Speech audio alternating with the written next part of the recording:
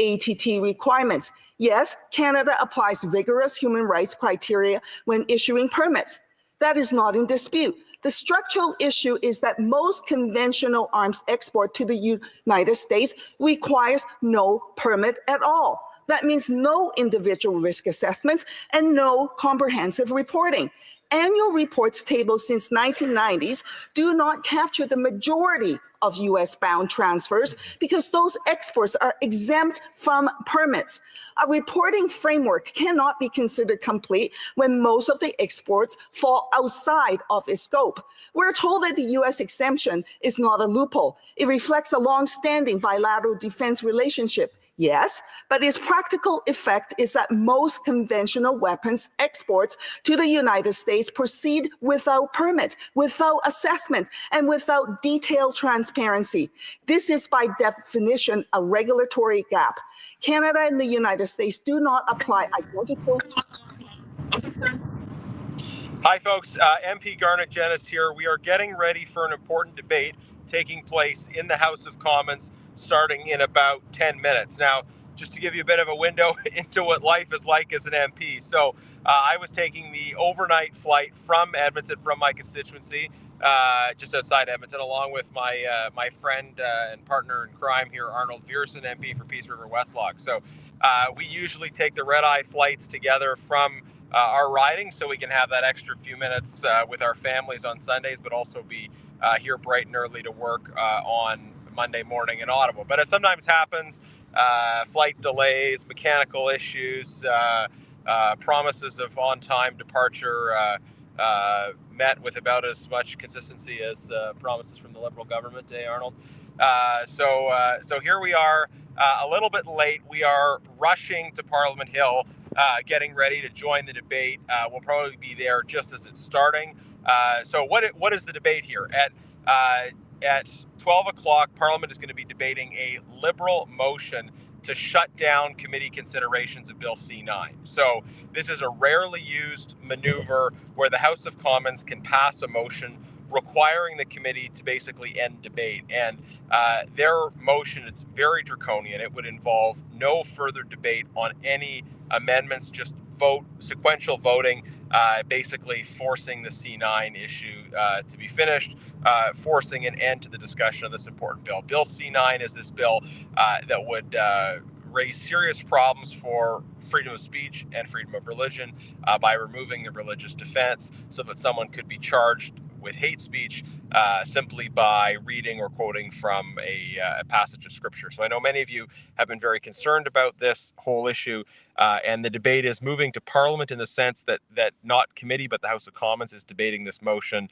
Arnold, what are your thoughts? We don't see this very often, do we? This motion, the House ordering an end to debate at committee. Yeah. And this is also the first time that the Liberals will be using closure in the House of Commons as well, which is in this Parliament, in this Parliament where they've got the support of the Bloc. So in the past, they've had the support of the NDP to do closure. This is, I think, one of the very first times that the Bloc is doing moving closure. So recommend folks get on the phone and contact Liberal MPs across the country saying that this is undemocratic and to oppose this for sure. Yeah. So if you've got a local MP who's Liberal, but frankly, any MP, it's good for Conservatives to hear affirmation of our position from their constituents. We're going to be opposing this Liberal motion to shut down debate on their ironically shutting down debate on a censorship bill, right? And yeah, so they've made this deal with the Bloc to remove the religious defense, which raises all kinds of issues for freedom of speech, freedom of religion. They've removed that. They're trying to do that at the committee stage. And we've been kind of continuing the discussion at committee, and a lot of people have been concerned about this. Liberals have had enough, though. They don't want to hear from members of Parliament anymore, which is why they're trying to pass this to shut this down. And yeah, I totally agree, Arnold. Get people to contact. People should contact their members of Parliament on this. So that debate is going to be starting in the House of Commons. I think now we're about 5 minutes away from it starting. So to give you a sense of kind of the flow of the day, on Mondays, the House of Commons opens at 11. The first hour is on private members' business. So you would have seen debate on Jenny Kwan's private members bill on arms control. So that is a different issue. That's a private members bill debate. But that debate will end at noon Ottawa time, so in about 5 minutes, at which time the House of Commons is expected to immediately begin debate on this Liberal motion. And I suspect that the way it'll start is you'll see a speech from a Liberal minister or parliamentary secretary. That Liberal will kind of make their case for why they are proposing shutting down this debate, and then that will move into there'll be a Conservative speaker next who will make our case against it, and then the debate will continue for a couple of hours, and we're expecting then a full day of debate on this Liberal motion tomorrow. But then also the Liberals will bring in closure, so the vote on this motion will be tomorrow night. So the vote on this Liberal motion to shut down debate will be tomorrow night, we expect, and then that will basically force the committee to vote rapidly on all the remaining issues with C-9. And if the Liberals succeed, if they get the votes to do this, then C-9 would likely be adopted by the House and sent off to the Senate, not this week, but the week after next week. So to give you a bit of a sense of the timeline. So we're really on crunch time now in terms of folks getting active on this. So a few things you can do. Number one, share this stream. We're going to be continuing live streaming the debate in the House of Commons once that starts. That will, again, I guess we're about 2 or 3 minutes away at this point. We'll be carrying that for the full 2 hours today, and we'll be live streaming the discussion again tomorrow. So please share this stream. You can follow on the various platforms so that you receive the updates. But do please use the moment now to contact your member of parliament and encourage them to vote against this effort to shut down debate. Arnold, any final thoughts from you here? Yeah, just to be clear for everybody that Conservatives, we don't have the votes to stop this. Yeah. So our anticipation is that this is going forward. Our only abilities is to debate this out and keep it going as long as possible. Yeah, it looks like the Bloc is going to play ball with the Liberals to force this through. Yeah, we always hope that there's a few Liberal votes that flip, right? So if you've got a relationship with or even if you don't, calling your local MP. We've heard rumblings that there are some Liberals that are not happy with this, but it's easy for them to rumble. The rubber will hit the road when they have a chance to vote. So that's the hope here. Obviously, yeah, there's not enough Conservatives to win the vote. The question is if there are other members of Parliament from other parties who decide that, hey, shutting down debate on a bill to restrict freedom of religion, freedom of speech is not appropriate. So we're going to go back to the House of Commons now. Debate on the private members bill has ended, so the House will be suspended for a couple minutes. So you'll see that the House is suspended for a couple minutes, and then when that suspension ends, which I think will probably only another 2 minutes or so, then we'll go into this debate on the Liberal motion to shut down debate on C-9. Again, please share this and follow for these regular updates, and we'll cut in a few times as the debate is unfolding to give you some added context, but we'll go now to the debate in the House of Commons.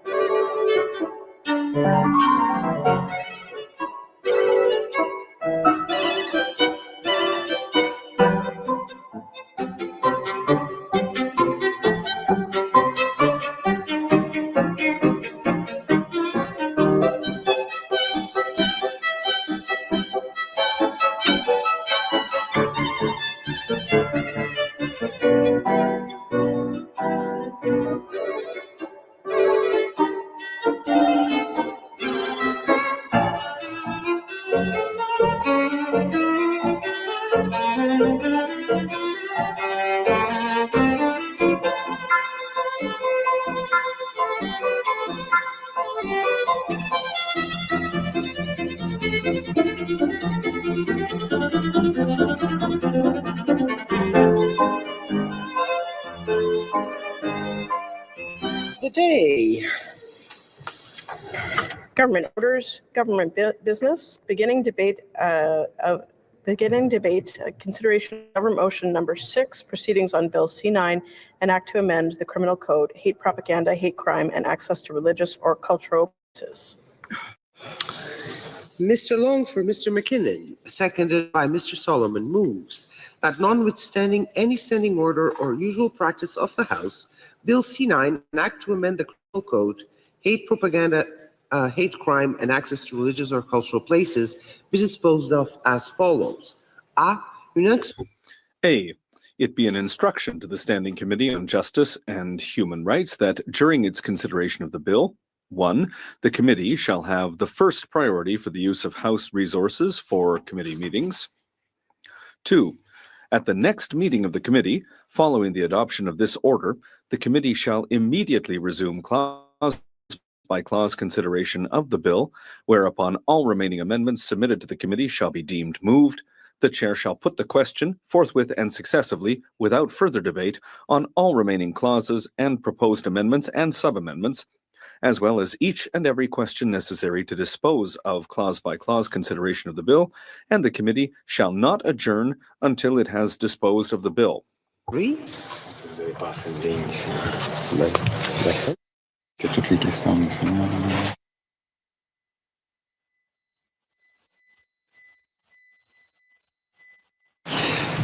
Désolé.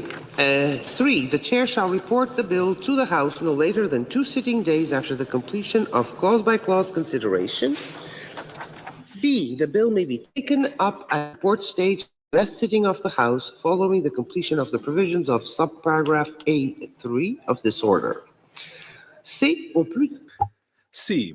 Not more than 1 sitting day shall be allotted to the consideration of the bill at report stage, and 15 minutes before the expiry of the time provided for government orders that day, or when no member wishes to speak, whichever is earlier. Any proceedings before the House shall be interrupted, and in turn every question necessary for the disposal of the said stage of the bill shall be put forthwith and successively, without further debate or amendment, and if a recorded division is requested, it shall not be deferred, except pursuant to Standing Order 7618. And then 1 sitting day shall be allotted to the consideration of the bill at third reading stage, and 15 minutes before the expiry of the time provided for government order that day, or when no member wishes to speak, whichever is earlier, any proceedings before the House shall be interrupted, and in turn, every question necessary for the disposal of said stage of the bill shall be put forthwith and successfully, without further debate or amendment, and if a recorded division is requested, it shall not be deferred. Debate. The Honourable Parliamentary Secretary to the Minister of Justice and Attorney General of Canada. Thank you, Madam Speaker.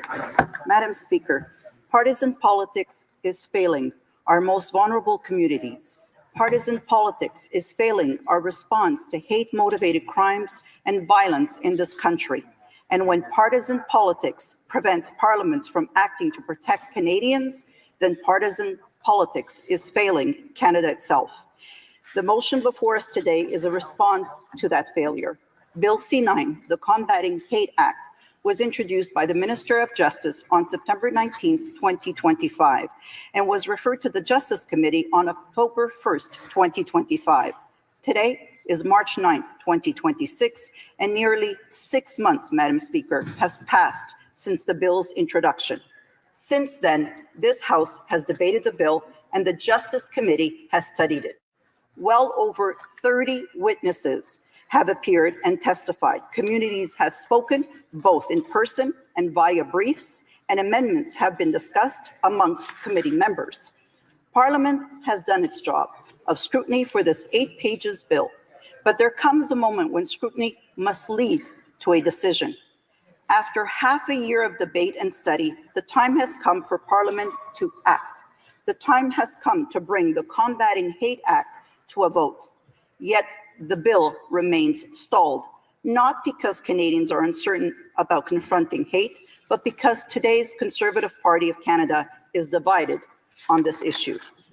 I say this with sincerity, Madam Speaker, When this bill finally comes to a vote, I believe many Conservative members will stand with us and support it. I believe that because many of them understand something fundamental, that Parliament has a duty to confront a specific form of violence that is rising in our communities, hate-motivated violence. Bill C-9 is not a complicated piece of legislation. In fact, it is only 8 pages long, but those 8 pages carry an important message that in Canada, hatred and intimidation have no place in our public lives. The bill does 3 straightforward things. 1, it creates offenses to stop people from blocking or intimidating others by trying to enter places such as synagogues, mosques, churches, schools, or community centers. Second, it creates a standalone hate-motivated offense so that when someone commits a crime of hatred towards a person's identity, the law recognizes that right from the start. And thirdly, it addresses the willful promotion of hatred through public display of hate or terrorist symbols used to target and intimidate vulnerable communities. Madam Speaker, I know that many Conservatives support these measures because they themselves called for them. In December 2024, the Standing Committee on Justice released its report on fighting anti-Semitism in Canada. That report, which was supported by the Conservatives, recommended measures that are now reflected in Bill C-9, defining hate more clearly, creating a standalone hate crime offense, and criminalizing intimidation directed at religious communities. That is why it is difficult for Canadians to understand what has happened ever since then. The Conservatives of 2024 called on Parliament to act. The Conservatives of 2026 are delaying the very measures they once supported. Canadians are left asking a simple question: which position reflects the Conservative Party's true position on the issue of hate crimes? But more importantly, Madam Speaker, this debate is not only about parliamentary process, it is also about Canadians themselves. In the last federal election, our party made a clear commitment to confront the rise of hate-motivated crime as it appears on page 19 of the 2025 Liberal platform. I will remind Conservatives that Canadians, including the people of Carleton, supported our platform to address hate crimes at the ballot box. They asked us to act, and Bill C-9 is part of fulfilling that promise. Madam Speaker, I have great respect for the role of the opposition. Opposition parties play a vital role in strengthening legislation. Their job is to challenge, to question, and even improve bills through committee work. But their job is not to paralyze Parliament simply because a bill creates internal divisions within their own caucus. Unfortunately, this is what Canadians have been witnessing. For example, the Conservative member of Elgin St. Thomas London South spent hours in committee speaking about issues that had absolutely nothing to do with the bill, including his admiration for cats and dogs, while witnesses, Madam Speaker, endured countless hours of filibustering and patiently waited to discuss this legislation designed to confront hate. The Conservative member of York Centre used valuable committee time talking about sandwiches he had for lunch instead of debating how Parliament should respond to threats that Jewish communities are facing in his own riding. This is not serious parliamentary work. Canadians expect so much better from all of us. Let me be clear. Our government has made every effort to constructively work with colleagues across the aisle. When concerns were raised by the Bleu Québécois amendments proposed in committee might create uncertainty around the freedom of religion, we listened. We worked with colleagues to introduce a for greater certainty clause, making it absolutely clear that preaching, teaching one's faith, reading scripture, delivering sermons, praying, and discussing religious texts in good faith would never be criminalized by this legislation. Religious organizations from across the country, Madam Speaker, welcome that clarification. Groups such as the National Council of Canadian Muslims, the Center for Israel and Jewish Affairs, the Canadian Hindu Alliance, and the Christian Legal Fellowship, pretty much all religious groups expressed their satisfaction with this additional clause to Bill C-9 and are now waiting for it to move forward. In other words, when legitimate concerns are raised, we address them. This is how Parliament is supposed to work. But even after that collaborative effort, the obstruction has continued. Madam Speaker, Parliament has already spent more than 35 hours debating and studying this bill. Witnesses have testified. Amendments have been examined. Every clause has been reviewed. For a bill of 8 pages, that is thorough scrutiny by any reasonable standard. At some point, debate must give way to decision. Democracy does not function if legislation can be delayed indefinitely. The communities affected by hate cannot wait, however, while Parliament argues about procedure. That is why the motion before us is necessary.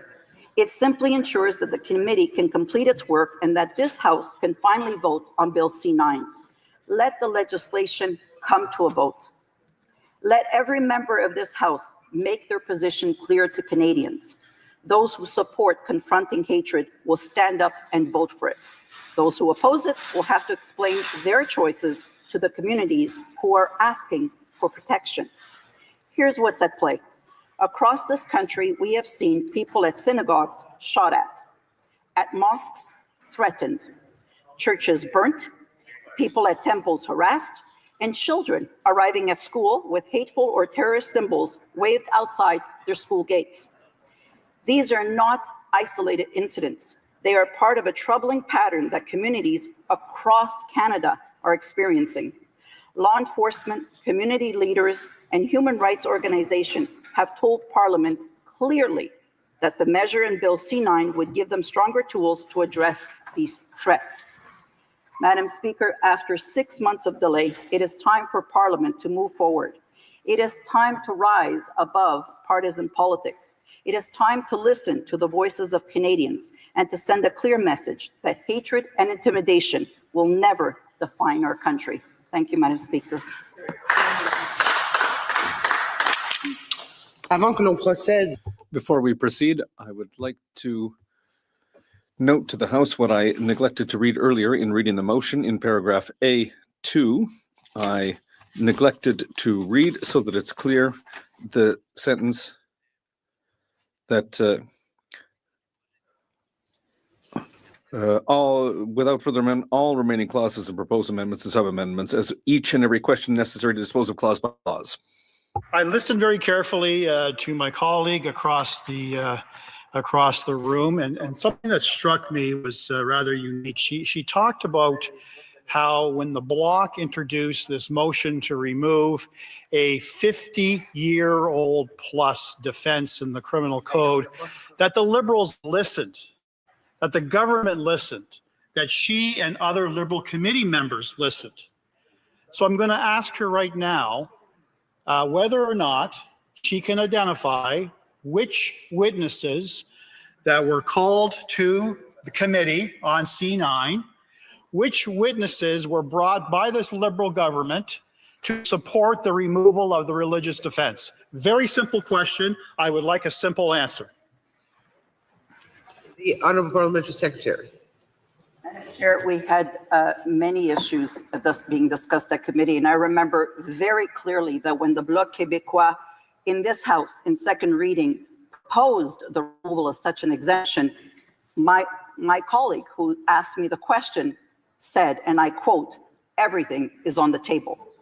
And so therefore, everything was on the table at committee, and we disposed of that very same issue at committee. Questions and comments. The Honourable Parliamentary Secretary, Honourable Député. The Honourable Member for La Pointe de Lille. Thank you, Madam Speaker. It seems obvious to me that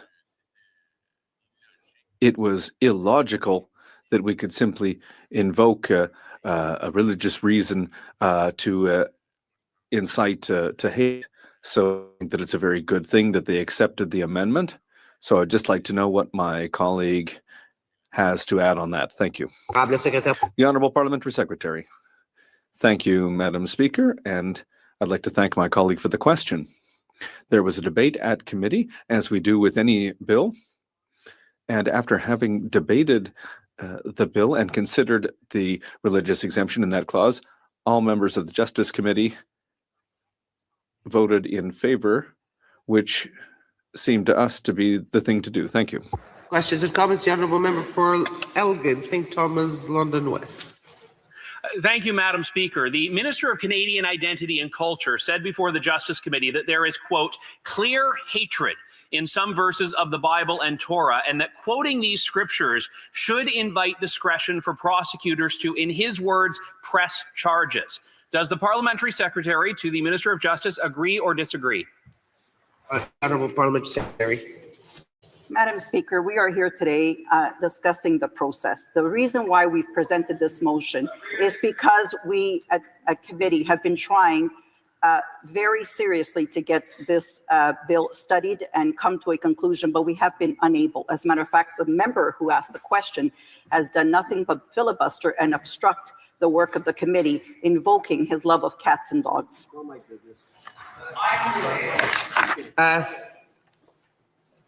Questions and comments, the Honourable Parliamentary Secretary to the Government House Leader. Yes, thank you, Madam Speaker.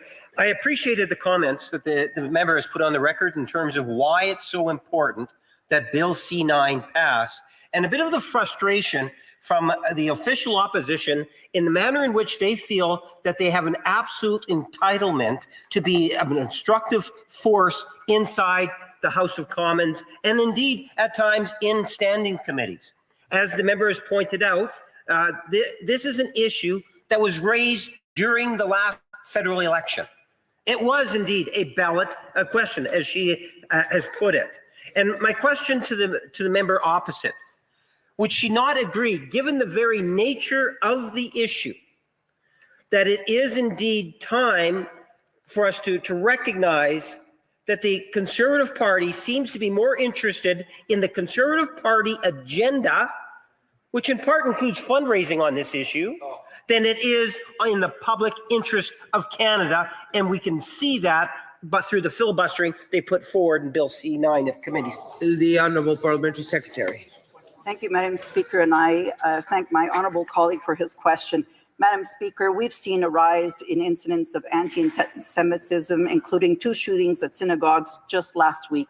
It is literally a reminder that this bill needs to pass, and to pass quickly, and send a strong message to Canadians that hate crimes are heinous and must be denounced. That is why we are acting on Bill C-9, making it illegal to block or impede someone's access to their community or religious center, and creating a new standalone hate offense so that these crimes are treated seriously. Questions et commentaires, l'honorable. The Honourable Member for Beauharnois, Salaberry, Soulanges, Huntingdon. Madam Speaker, today we're debating a motion to limit debate.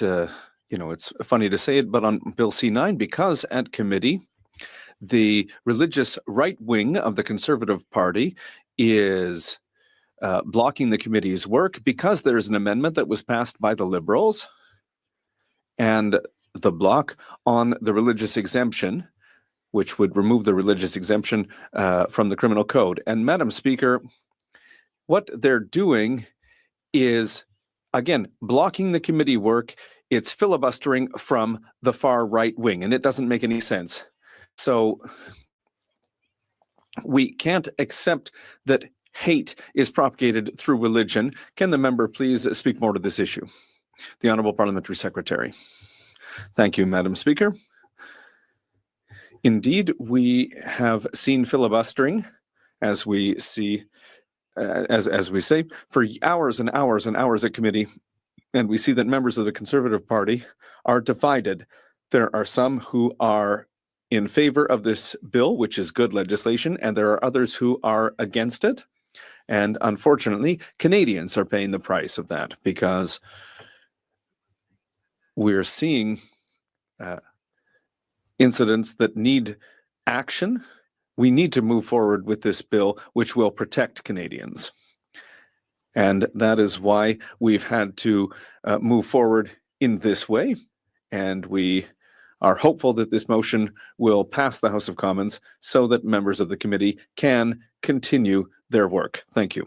Honourable Member for Brantford, Brent South, Six Nations. Thank you, Madam Speaker. I hate to be the bearer of bad news to the Parliamentary Secretary, but early on in her intervention, she indicated that she has every confidence that every member of the Conservative Party of Canada would support the swift passage of Bill C-9. Well, that may be true in principle. We do not support the method by which they wish C-9 to move through the process. We do not support their ability to censor debate. And it's rather ironic that this member speaks about censoring debate under a censorship bill. I'm also aware that there is some deep divisions within the Liberal Party itself. The question to the parliamentary secretary is there an expectation that the party will whip the vote, or will they allow a free vote for those members who voice their displeasure with removing this religious defense? The Honourable Parliamentary Secretary. Madam Speaker, what is unacceptable is the hours and hours of filibustering and obstruction by the members at the Justice Committee not to move forward with this bill. Madam Speaker, it is also a shame to hear the member opposite talk about Combating Hate Act as a censorship bill. What does the opposite member call censorship? Does he think it is okay to target synagogues? Does he think it is okay to threaten LGBTQ plus people because of who they love? Does he think that it is okay to willfully call for the extermination of women and radicalized Canadians while waving a Nazi flag in public?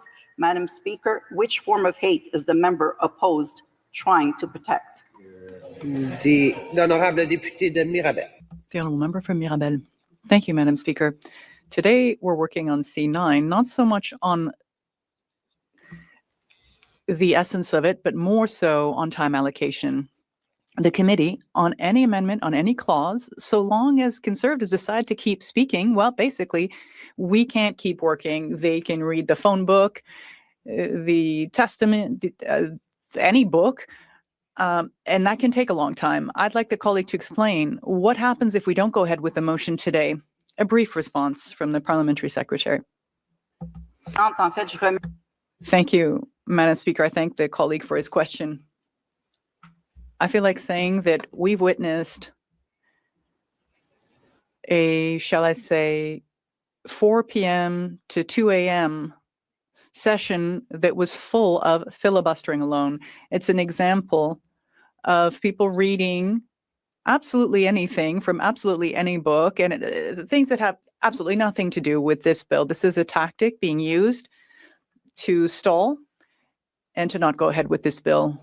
It's absolutely essential for the House to pass this motion so that we can move forward and so that we can protect Canadians. The Honourable Member, the Honourable Parliament Secretary of State, yes, on a point of order. Thank you, Madam Speaker. Pursuant to Standing Order 111.1 and in accordance with subsection 79.1, paragraph 1 of the Parliament of Canada Act, I have the honour to table in both official languages the certificate of nomination with biographical notes for the proposed appointment of Annette Ryan as Parliamentary Budget Officer for a term of 7 years. I request that the nomination and biographical notes be referred to the Standing Committee on Finance. Thank you, Madam Speaker. Duly noted.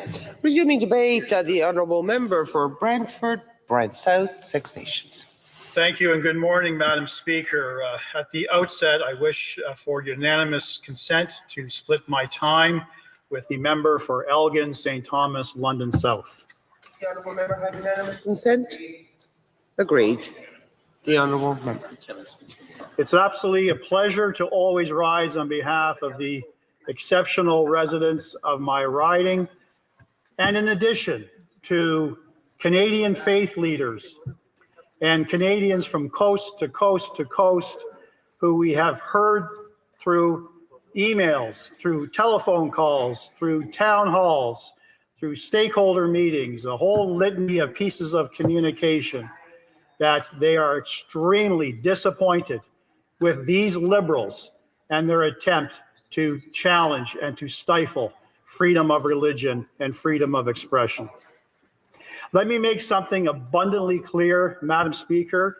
Unlike the parliamentary secretary who wanted to frame a very false narrative to support what this Liberal government is doing with this closure debate, I'll make it abundantly clear. Conservatives will always support unequivocally in terms of supporting churches, synagogues, mosques, temples, and cultural centers from all forms of intimidation, obstruction, and violence.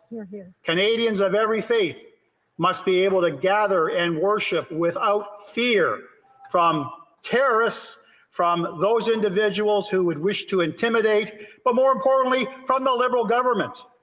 Today's debate is not about protecting places of worship, as the parliamentary secretary wishes to frame this. This debate is about a Liberal censorship motion designed to unequivocally shut down all forms of debate and ram through a controversial change to the criminal code. Now, it's very clear, Madam Speaker, that Canada has been witness to a deeply troubling surge in anti-Semitism, heightened by the October 7th, 2023 events and targeted violence against Jewish communities from coast to coast to coast. In recent days, sadly, there have been targeted shootings at Jewish places of worship in the GTA. In at least one incident, people were inside the synagogue at the time of the shooting.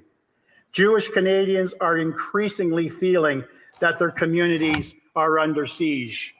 There were a number of newspaper articles. I'm merely drawing attention to a few that I read yesterday and today. Today's headlines in the Toronto Sun: Jews under attack, anti-Semitism out of control. I'm aware as well of a social media post by Brené Brith: synagogues under attack, enough words, government must act now. There was another article that I read in the Toronto Sun that talked about the typical response that you get from all political leaders, but particularly this Liberal government, that anti-Semitism has no place in Canada. And the article made it abundantly clear: Jewish Canadians, members of all religious denominations and faiths who are facing intimidation and attacks, do not want hollow words from their political leaders. They want action. And the Jewish Canadians in particular have wanted action for almost 2.5 years, while these Liberals sat on their seats and did not address this rising level of anti-Semitism in a fashion worthy of a federal government. These attacks are not the result of a missing clause in the criminal code. They are a symptom of rising anti-Semitism that this Liberal government has failed to confront with clarity and strength. Let me be abundantly clear again, as I wish to be on this record, to correct this parliamentary record. Bill C-9, if it were law today, would not have prevented the attacks that the GTA saw over the past weekend. Canadians need real leadership against anti-Semitism, not rushed legislation designed for political headlines. Now, that we recall the House Leader talking about put up or shut up when we return to start our 2026 legislative calendar. I believe that phrase perfectly captures the government's approach to Parliament. Instead of answering legitimate questions about the bill or listening to concerns raised in committee, the government has chosen to shut down debate through this motion. This motion forces the Justice Committee to immediately resume clause-by-clause consideration of the bill, whereupon all remaining amendments submitted to the committee shall be deemed moved. And the chair would put every remaining question immediately without debate. Debate in the House would also be restricted. There would only be one sitting day at report stage and one sitting day at third reading. Votes are to be forced immediately after further debate. Now, let me have this next phrase really sink in. I know the parliamentary secretary didn't like my choice of words, but I'm going to reference it again. This Liberal government is censoring debate on C-9 on its own censorship bill. Clause-by-clause consideration of this bill began on November 27, 2025. However, the study of the bill began earlier on October 9 of that same year. Since that time, committee held 8 meetings on C-9. Amendments were debated, amendments were adopted. Some amendments brought forward by Conservatives were even adopted by the committee as a whole. It's also important to understand how the government handled that process. 3 scheduled committee meetings on the bill were canceled without explanation. At least 2 meetings were gavelled out early, again without explanation. The reality is that this committee was engaged in active debate on the bill on the implications of removing the religious defense. In fact, during committee hearings, Liberal ministers themselves even raised questions about religious texts and the scope of the defense. The current Minister of Canadian Identity and Culture, when he was the chair of the committee, stated the following, quote, "I want to dig a bit into the concept of good faith. In Leviticus, Deuteronomy, and Romans, there are passages with clear hatred.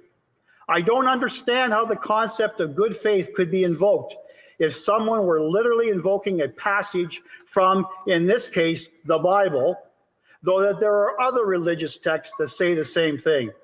How do we somehow constitute this as being said in good faith? Clearly," he said, "there are situations in these texts where statements are hateful. They should not be used to invoke or be a defense." Now, here's the real interesting commentary by the minister and former chair. "There should perhaps be discretion for prosecutors to press charges." The moment that minister uttered those words at the Justice Committee, we received a flood of concerns right across this country, because those words sent a chill down the spine of every religious leader in this country and those who practice their faith. This was and still is a direct attack by this Liberal government to attack freedom of expression and freedom of religion. They had no business at all making a side backroom deal in the middle of clause-by-clause consideration to support the block amendment when the clause-by-clause consideration was progressing very well. There was every expectation that we would have come to an agreement, save and accept this poisonous amendment by the Bloc Québécois. But no, the Liberal government chose this not because it was in Canada's best interests, not because it was in the best interests of religious leaders across this country, not to stop the rising levels of hatred, not to stop the attacks on the Jewish communities. They did this for their pure, selfish political reasons. Hear, hear. As I indicated, Madam Speaker, this was a 50-year-old defense entrenched in the criminal code, brought by Elliott Trudeau himself. It has been used sparingly, not successful, but that in of itself does not give license to this hypocritical Liberal government to remove it for political reasons. Now, they're basically, am I almost done? I'm almost done of time. So I will wrap anything. I'll look forward to questions, and I'll probably elaborate a little bit more in my responses. Thank you. Questions and comments, the Honourable Parliamentary Secretary to the Government House Leader. Yes, thank you, Madam Speaker. You know, the reality is that there is no attack by this government on our faith communities. And you know what, Madam Speaker? Members of the opposition actually know that. But instead of reflecting reality, Madam Speaker, when we take a look at the amendment that was brought forward for a greater certainty, it provides assurances so that those faith communities can have a higher sense of being comfortable, in part because of misinformation that is constantly being pumped out by the Conservative Party of Canada. My question to the member is, does he not feel any obligation whatsoever, given that there was an election mandate on this issue in dealing with hate crime, that there is a responsibility of the official opposition to at least allow for debate to actually continue and come to an end so legislation can ultimately be passed by a majority? Member for Brantford, Brent South Six Nations. In typical liberal, hypocritical fashion, they're making statements. Canadians, faith leaders, you've got nothing to worry about. Nope. Once we remove this religious defense, it's been around for 50 years. We're going to take it away from you, but don't worry. Your charter rights are still protected. Where did we hear that before? We heard that during the invocation of the Emergencies Act. It was charter compliant. We heard that from the Prime Minister. We heard that from ministers. We heard it from David Lametti, who very arrogantly told Justice Rouleau, I'm not going to give you my legal opinion. You just got to take my word for it that it was charter compliant. Well, you tell that to the Federal Court of Appeal and the federal court trial judge who came to a different conclusion. Canadians will not believe this Liberal government. And if they do, I've got a plot of swampland you can build a dream house on in Florida. Thank you. Questions et commentaires. Questions and comments, the honourable member. Order. The honourable member for Elgin, Elgin St. Thomas, London West.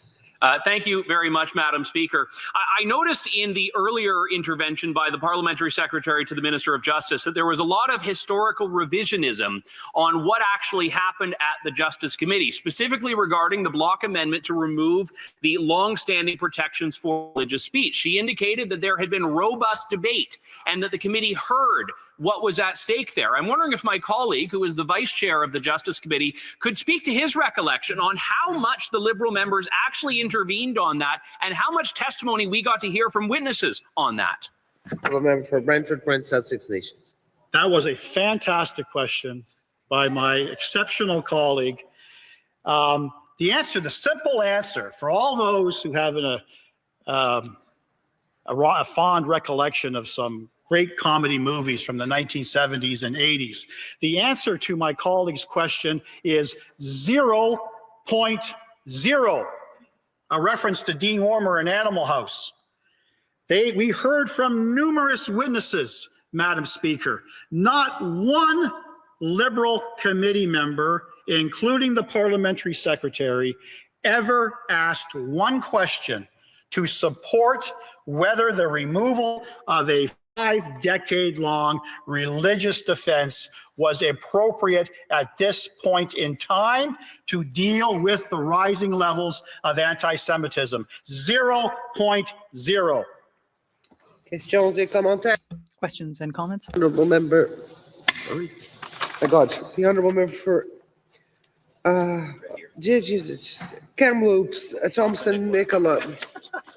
It's always a pleasure to rise on behalf of the people from Kamloops, Thompson Nicola. I'm used to speakers knowing my riding, so I appreciate you refreshing getting my riding correct, Madam Speaker. To my colleague from Brantford Brant, the Liberals here, we've talked about historical revisionism and things like that, and the audacity of the Parliamentary Secretary from Winnipeg to say, don't worry, this is all fine. People have nothing to worry about.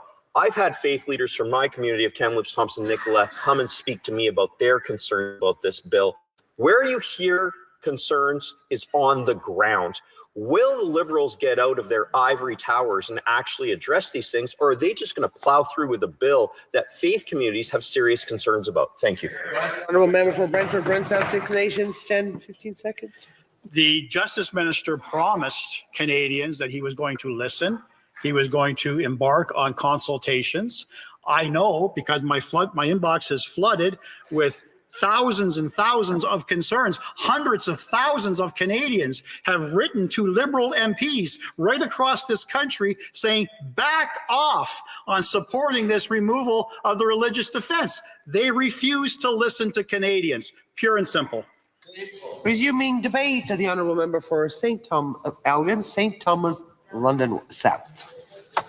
Thank you, Madam Speaker. It's a privilege, as always, to rise on behalf of the people of Elgin, St. Thomas, and London.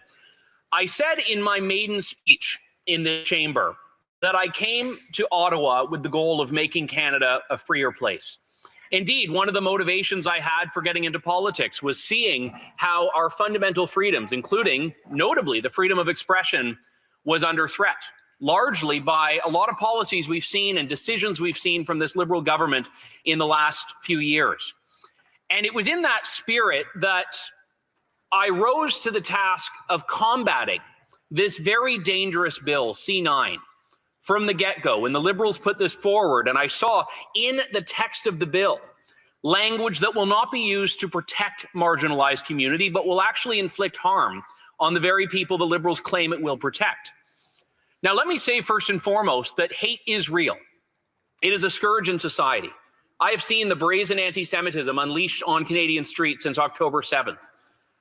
London comprises a part of my riding. We saw 5 years ago the brutal slaying of the Afzal family, a Muslim family targeted a man with hate and evil in his heart purely because of their faith.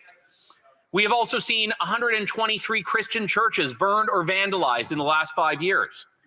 Actions that when Justin Trudeau, the former Liberal Prime Minister, was asked about them, he said they were, quote, understandable. Hate is real, and sometimes it can come from political leaders. But Bill C-9 was not an antidote to hate, a problem that was allowed to fester on the Liberal government's watch. Much of what Bill C-9 does, such as criminalizing obstruction to a house of worship or prohibiting the display of hate symbols, treads over ground that is already covered by existing laws that have been unenforced for the last several years because of a failure of political leadership by the Liberals. But then you look at what Bill C-9 actually does that changes things. It creates a new definition for hate, which every witness who testified before the Justice Committee said was lowering the threshold, making it easier to charge people for the words they say than is the case now. Removing critical safeguards against overzealous prosecution. And then, of course, you have the removal of the religious defense, removing long-standing religious safeguards for political speech, a decision that became especially significant when we looked at the transcripts of the Minister of Canadian Identity and Culture's comments, that in his view, there is clear hatred living within holy texts that millions of people around this country read and cite and pray over from a place of love.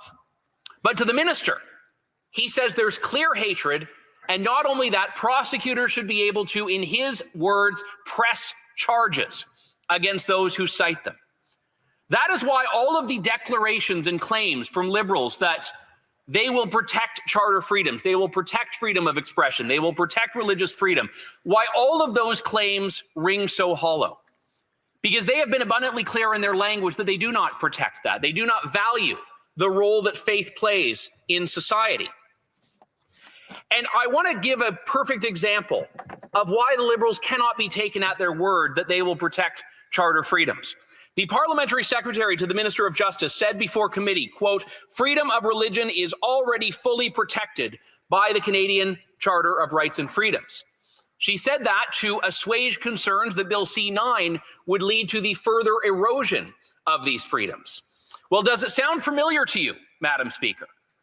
It should, because Justin Trudeau said something very similar when defending the invocation of the Emergencies Act. He says, I want to reassure Canadians that when the Emergencies Act is invoked, the Canadian Charter of Rights and Freedoms continues to protect their individual rights. The federal court later determined that was a lie. The Federal Court of Appeal later affirmed that that was a lie. A government claim that it is protecting charter rights is not sufficient to actually protect those rights. And this is coming from a government that has a long history of censorship bills. And now on Bill C-9, when conservative members of the Justice Committee wanted to bring the testimony from people who are among the millions of Canadians of faith who will be directly affected by this, the Liberals have moved to the motion before us today to shut down debate. The Liberals are censoring debate on their censorship bill. The Liberals are denying us the opportunity to read letters from imams, pastors, rabbis, civil liberties advocates, individual Canadians who have been flooding members of Parliament's inboxes and voicemail boxes and phone lines with their concerns about Bill C-9. The denunciation of Bill C-9 has not come from some far-right conspiracy like some of the members in this chamber have alluded to today. It has come from the left and the right. It has come from the Canadian Civil Liberties Association, the Canadian Constitution Foundation, the Rabbinical Council of Toronto, the National Council of Canadian Muslims, the United Church of Canada, the Canadian Conference of Catholic Bishops, the Primate of the Anglican Church of Canada, the Evangelical Fellowship of Canada, Egal Canada. We have groups representing almost every faith tradition in this country, civil liberties organizations, social justice organizations, all of whom believe that Bill C-9 will harm the very groups the Liberals claim it will protect. And why this is so fundamental, I go back to my comments in my maiden speech that freedom of expression has always been and will always be my hill to die on. There's a line from James Madison that comes to mind. The advancement and diffusion of knowledge is the only guardian of true liberty. Put simply, if all other freedoms were stripped away, but the freedom of expression, the freedom of speech, we would be able to use that fundamental liberty to fight back for all the others. Removing freedom of expression takes away a vital tool that Canadians have against an overzealous and authoritarian government. And it is fitting that the Liberals are laying their intentions out so barely, that they are prepared to censor the very debates and discussions we need to have in this chamber to justify legislation that will censor the thoughts and expressions of Canadians. The best remedy, even for offensive speech, is more speech, not enforced silence. The best antidote to someone abusing scriptures is the freedom for all Canadians to freely discuss and debate those scriptures and share their true intention, to read their holy texts and demonstrate that these texts come from a place of love. This lies at the heart of the guarantee of freedom of expression. Censorship is the confession of a society that it no longer trusts truth to win, that it no longer trusts people to be the arbiters of what should be discussed and debated and freely disseminated in society. When the state dictates what words can be uttered and what scripture verses can be read, it polices the ideas that can be shared and even what can be believed at a fundamental level by Canadians. In the absence of freedom of expression, there are only official lies. A society that fears words has already begun to fear thoughts themselves. And that is why the groundswell of opposition to Bill C-9 has been so robust. Freedom of expression was not enshrined in our charter to protect the easy or the popular. It was there precisely to protect the difficult and the unpopular. Those are the ideas, the sentiments, or some Liberal members need to be told, the scripture verses that need protection the most.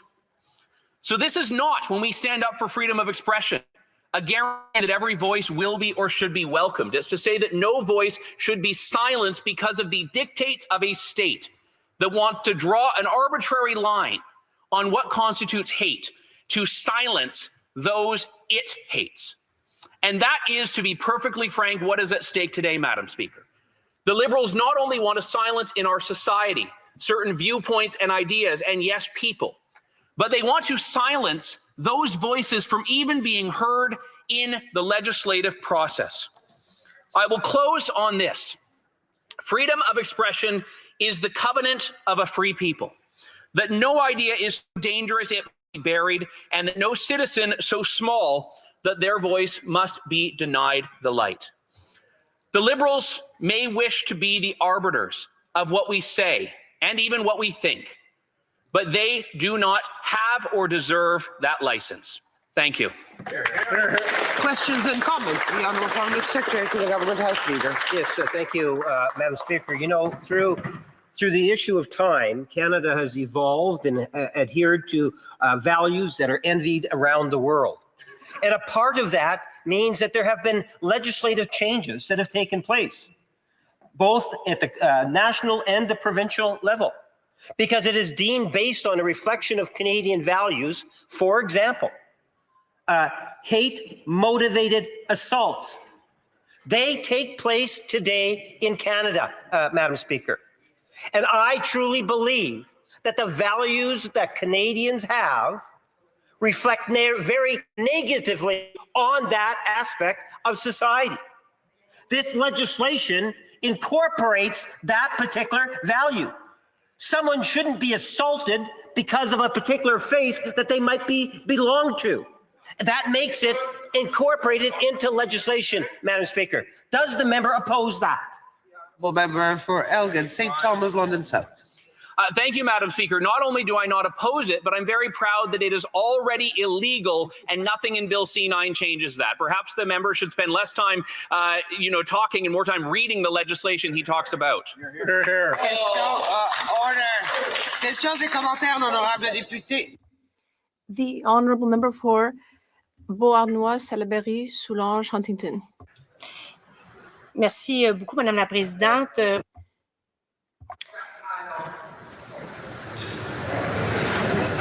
Merci. Thank you, Madam Speaker. Listen closely to my colleague's speech. What we are debating today is not necessarily the substantive aspects, but rather the process for the adoption of C-9. I know my colleague is a new member, and I admired his talent as an orator at the Public Safety Committee, where he was able to take up a great deal of time to filibuster when we were studying C-12. After 50 hours of debate, does he not believe that we can stop and move forward with the adoption of C-9? I know that the amendment about the religious exemption is not something he agrees with, but at a certain point, we need democracy to take its course. And today we want to speed things up because the Conservatives are causing filibustering. St. Thomas, London South. Thank you, Madam Speaker, and I'll choose to appreciate and thank my colleague for her compliment there. But the challenge is that while we have had some time at committee to look at Bill C-9, the most contentious part of it, the removal of the religious defense, had no witness testimony, has had no opportunity to freely discuss with the people most affected. And it is in that spirit that even our efforts to rectify this were met by denunciation from the Liberals, who on one end claimed cooperation and collaboration, but on the other hand slapped our hand away when we offered to give them a legislative safeguard that did what they claimed they wanted Bill C-9 to do. So when we are, as a committee, looking at a bill, we do not, as members of Parliament, have the moral or legal right to bargain away Canadians' fundamental rights and freedoms. Questions and comments. The honourable member. Apologies for Sudbury East, Manitoulin, Nickel Belt. No. Surrey Smooth Mountain. Surrey Smooth Mountain, I'm sorry. Jeez. My colleague for his wonderful speech, and he mentioned in his speech that this was a hill for him to die on. This is something he takes very seriously. I'm just wondering if he could expand on that and explain why our caucus and him personally feel so strongly about this matter. The honourable member for Elgin, St. Thomas, London South. I'd actually like to share a quote, if I can, to respond to that. I didn't have time to include it in my speech. It's from John Stuart Mill in On Liberty. He writes, "If all mankind minus one were of one opinion, and only one person were of the contrary opinion, mankind would be no more justified in silencing that one person than he, if he had the power, would be justified in silencing mankind." We all, as free people, have the right to express who we are and express our values, and we respond to that with other values, with debates. We do not respond with censorship. Attitudes change over time. And indeed, slavery ended because of the religious convictions in the British Parliament of Wilberforce, a position that was unpopular but was morally correct, and history bears that out. Right. Only when we allow free speech do we have the opportunity for truth to win. Hear, hear. Resuming debate. The honourable member for Drummond. Thank you very much, Madam Speaker. I'd like to start by saying that I will be sharing my time with my distinguished colleague for Mirabel. And in a way, this is a preamble to my colleague's speech, because he says he's going to be particularly amusing today, Madam Speaker. I won't say any more. That's just a teaser. Also, before starting, there are a couple other things I would like to quickly mention things that greatly affected me this weekend and this morning. I'd like to offer my thoughts to the young cadet who died in a bus accident. I can barely imagine what his parents and loved ones are feeling. And also, just generally, the greater cadet community in Quebec. I know that they all are mourning today.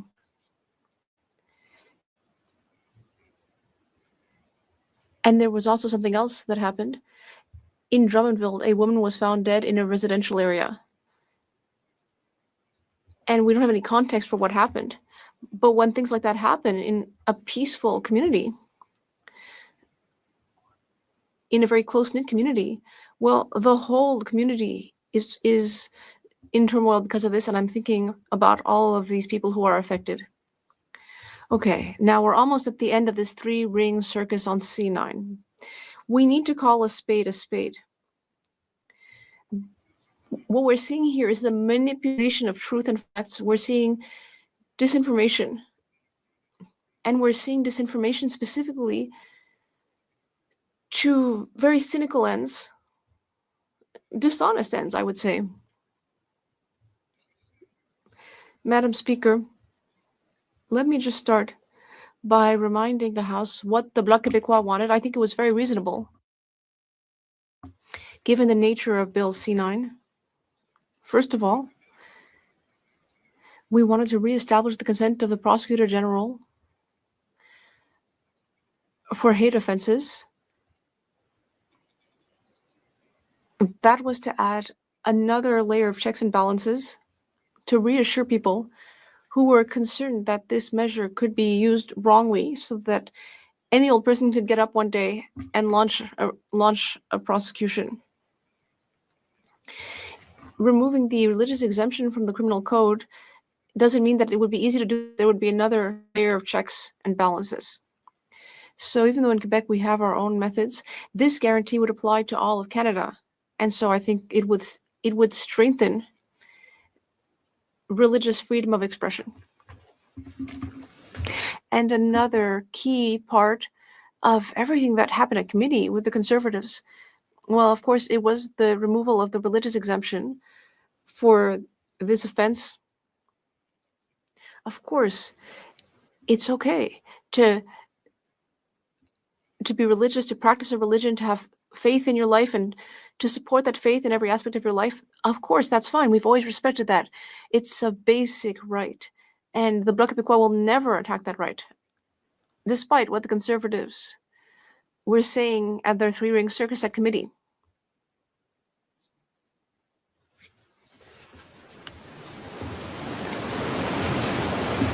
And every religion says that it's a religion of peace and love.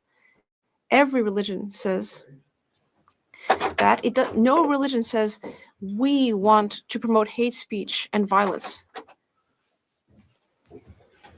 And again, I would remind you all to pay close attention to what my colleague from Mirabel is going to say. I'm sure he's going to have an interesting point of view. But in any case, I've never heard of a religion that didn't call itself a religion of love. So with that in mind, if someone practices a faith, then why would they not agree with the idea that we are trying to remove the option of using religious beliefs as an excuse for hate speech and asking or promoting violence against a specific group? Let's recall the case of Adil Shakawi, who was calling for Zionist Jews to be exterminated. And he made that speech in downtown Montreal. We often recall that example. Well, it was abominable that he was able to use his religion as an excuse for such remarks. I personally don't know anyone who believed that we should keep these protections in place and allow our priests, imams, and rabbis to allow them to call for the extermination of a specific group in society on the basis of a religious text. I don't think anyone is saying that's a good idea. So the Conservatives are manipulating the facts. It's frankly shameful and odious. A few years ago, the Bloc Québécois brought in a motion to abolish the religious exemption. This was long before C-9. This goes back a long way because it's a matter of Quebec values. At the time, a Conservative member spoke to me in a corridor, in a hallway, and said that they wanted to hear more about that idea. And so I said, well, it's simply that we don't want to be able to have people calling for violence and hate and then saying, well, this is on the basis of my faith. It doesn't mean that you can't cite a religious text. Of course, you can. And some texts, in some cases, when we look at them with our modern eyes, may seem very violent or inappropriate, but we can do that without calling for hate. The goal is simply to not allow any refuge for somebody calling for hate under the criminal code. And the Conservative member said, listen, I don't agree with that because if my pastor wants to speak out against homosexuals, well, he can't because of this, change. And I fell off my chair, Madam Speaker, and that's what I said. I said, listen, are you telling me that your pastor might call on his flock to perpetuate acts of violence against the LGBTQ community because of a religious text? And the member said, well, listen, they have to have that right. And I would say, what priest would call upon their flock to commit acts of violence or to mobilize against any particular community? You change your priest. That's what I said to him. You got to change your religion. You got to change your priest. Find another messenger because that messenger is broken. So with everything we've seen in committee and with the Conservatives filibustering, we've all understood here that they're probably going to make a huge amount of money off of this through fundraising. I'm sure that colleagues have seen dozens and dozens of colleagues come in. I've seen emails come in from across Canada calling us to not make changes to this part of the criminal code. I'm sure the Conservatives made a huge amount of money off of this. I'm sure it was fun for them to have the money keep coming in. But you know what? There comes a time when it has to stop.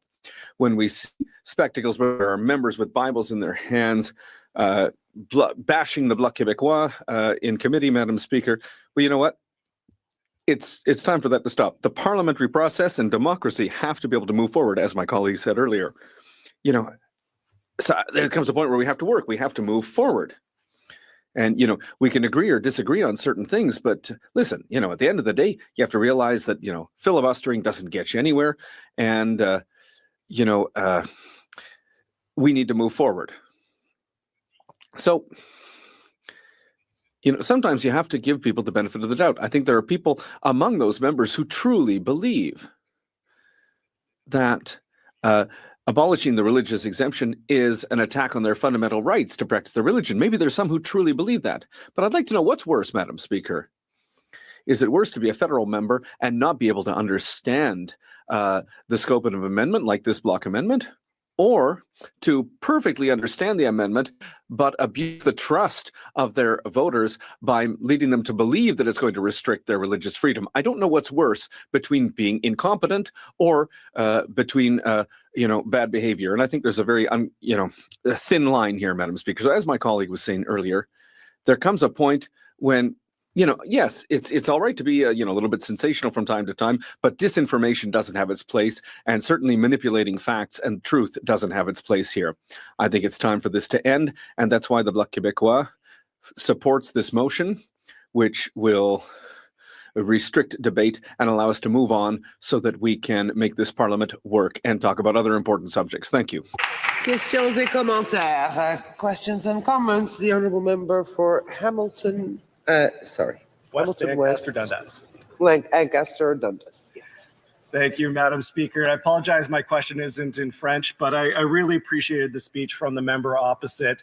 The Combating Hate Act was developed in close consultation with impacted communities, with faith communities, with police across Canada. And I think he made some really important points that the show and performance that we're seeing from the members opposite is extremely unfortunate. I really question the motivation of what they're doing.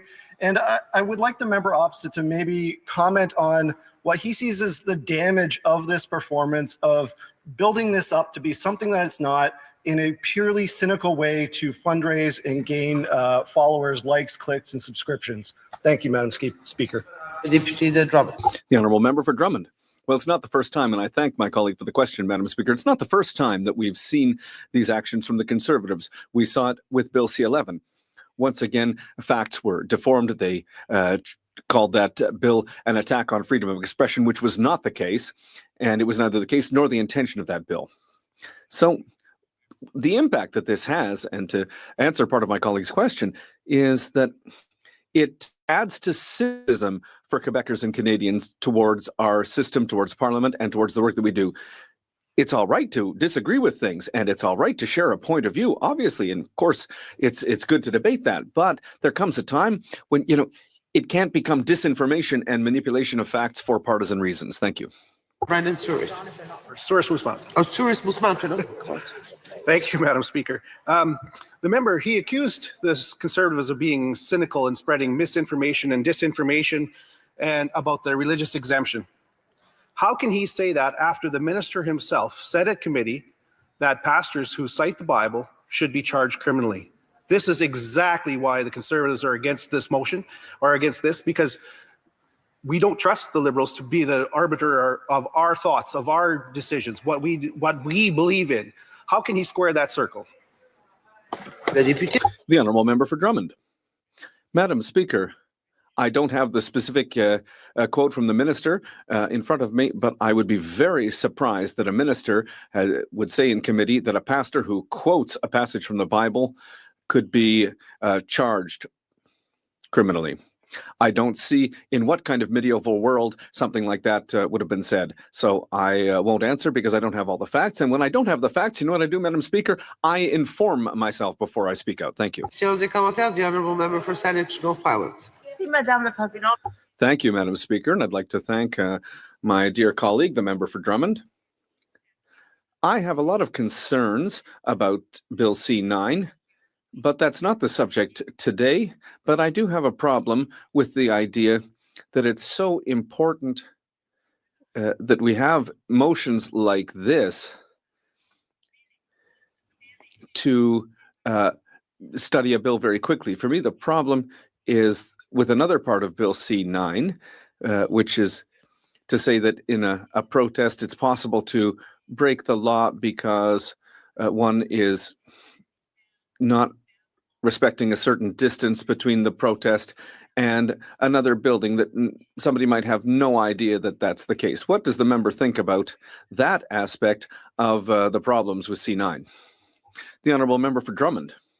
Well, Madam Speaker, I didn't fully understand the meaning of the question, but what I would say is that in this bill, there's an opportunity for parliamentarians to have debates, to discuss things, and to make amendments, which wasn't able to be done because of Conservative filibustering at committee. But there are always protections in a bill. There are always protections which are there. There are always ways to, if we note that a bill goes too far relative to the Charter of Rights and Freedoms, for example, there are protections that exist in every circumstance. And so that's what I would say to my colleague from Saanich Gulf Islands. A very brief question, the honourable member for Mirabel. Thank you, Madam Speaker. There's a strong consensus in Quebec in favour of this amendment. In Quebec, it's a strong amendment against the use of this exemption for hate speech. But what I'm seeing from the Conservatives today is people from Alberta, Saskatchewan, Manitoba, the West, the radical religious right wing of the Conservative Party. Why does my colleague think that Conservative members from Quebec are embarrassed to speak out on this? The honourable member for Drummond in 10 seconds. Well, I have the great privilege of sitting as a block member, Madam Speaker, so I don't have that dilemma. But if I was in a party that had members from across Canada that has to satisfy all Canadians, if there was a question like this on the floor today, there certainly a strong chance that I would also be hiding in the curtains myself today. Resuming debate, the honourable member for Mirabel. Thank you, Madam Speaker. Madam Speaker, when you walk into a city to attack someone, you suggest that they shouldn't attack you. And then if you walk in and say, listen, you're you're going to become slaves. But if that doesn't work, you're going to have to lay siege to the city. And if that doesn't work, you'll have to attack everyone by the sword. But you can reserve the women, the children, and everything you'll find in the city, and you'll be able to use everything you take from your enemies, and God will protect you, and you can continue to do this in all cities that are not part of the country where you will live. In terms of cities from these people, which the eternal God gives you, you don't have to let a single soul survive. You can exterminate everyone to send the Hittites, the Canaanites, the Phoenicians, and others, as your eternal God has ordered you to do, so that they don't teach you to follow the abominable practices with which they honor false gods, and which would lead you to sin against your God, Madam Speaker. And when you attack a city, and you're forced to extend the siege before you can take that city, do not attack the fruit trees around it. No, you can't. Don't hurt the trees. You can eat the fruit, but you won't cut down the fruit trees, because the fruit tree is not a man. So you should not treat that tree like you would somebody that you are laying siege to.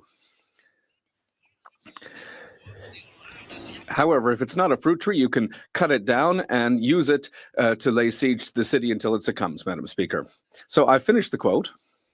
And, you know, I was raised in a very religious family, Madam Speaker. My two parents were theologians. So that's chapter 20 of Deuteronomy, which is one of the first 5 books of the Old Testament. It's also referred to in the Quran, Madam Speaker. And that reminds us of one thing, Madam Speaker. It's that most religious texts, Madam Speaker, are texts that were written in pre-medieval times. They were written by humans at a time when massacring religious or cultural opponents was the norm. Leaders at the time added moral suggestions that met their needs. And that was the case for the 3 Hebraic religions at the time. Does that mean that we don't have the right to read them? Listen, I've just read that section to you for pedagogical reason. Am I going to be sent to prison? No. Did I commit a crime? No, Madam Speaker. Why? Because I just wanted to reassure you that I don't know any Hittites or Canaanites. I don't know any Phoenicians either. But I know that certain forms of interpretation and certain ways of reading these texts in the hands of malintentioned priests can lead to the committing of a crime. And if I was a believer, Madam Speaker, and if I thought that there was, historic value to these texts, the last thing that I would want is for them to be used by malintentioned persons. But something is certain, Madam Speaker, is that these texts can be used for that reason. They can be used for that reason. And when you read this, the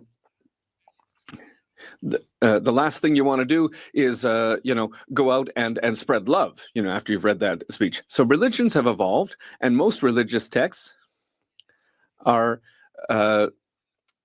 texts that have not been amended the way that we want to amend our laws with C-9. And with the amendments to C-9 and the way that they are written, with the protections that are included in the amendments, with the Charter of Rights and Freedoms, the Canadian Charter of Rights and Freedoms that governs C-9, and with the jurisprudence that already exists, the case law, which calls on us to adapt these amendments to clarify the law, we are protecting religious speech. We're protecting religious values. We're protecting peace. We're protecting love, Madam Speaker. And we're protecting the right, we're protecting the best of religions while preventing certain people from using that religion for the wrong reasons. And so that's what's in Bill C-9, Madam Speaker. And Madam Speaker, I'll say something. There's a reason why we're talking about Bill C-9. And there's a reason why the Conservatives who are making noise across the House, listen, I've listened to them. I'm a respectful person most of the time, and I've listened to what they've had to say. And I'd like to say to them that hate crimes, and nobody has a monopoly on hate crimes. Hate crimes, we've had 1,284 hate crimes targeting religious groups. That was in 2024. And that was up compared to 2022. And each one of those crimes, listen, they weren't necessarily caused by the words of a priest or religious leader, but those crimes are attacks on religious freedom, on people's right to go to their mosque, to their synagogue, or to their church. Those crimes are also attacks on freedom of religion, and much more serious than what the Conservatives are alleging with C-9. And I'm really concerned. I'm really concerned to see this increase in 45% in recent years in hate crimes. And it's explained by the increase in hate crimes declared by the police targeting the Jewish population. That's up by 71%, and Muslims up by 94%, Madam Speaker. And that's what we have to fight, Madam Speaker. So what does the bill do?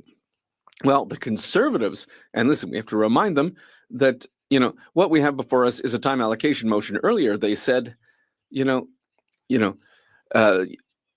we haven't seen enough witnesses, and that's why we're wasting everyone's time and going to, 2 in the morning at committee. Listen, I have watched the Justice Committee, and the member for Rivière-du-Nord asked the question about the religious exemption to every witness who came before committee on this issue. There were people who agreed and there were people who disagreed, but the question was asked by the member for Rivière-du-Nord to every witness.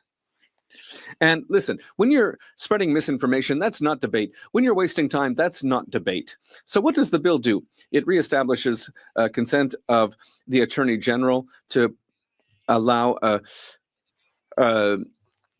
prosecution for hate crime. It respects casefly. It abolishes the religious exemption from the criminal code for hate crimes.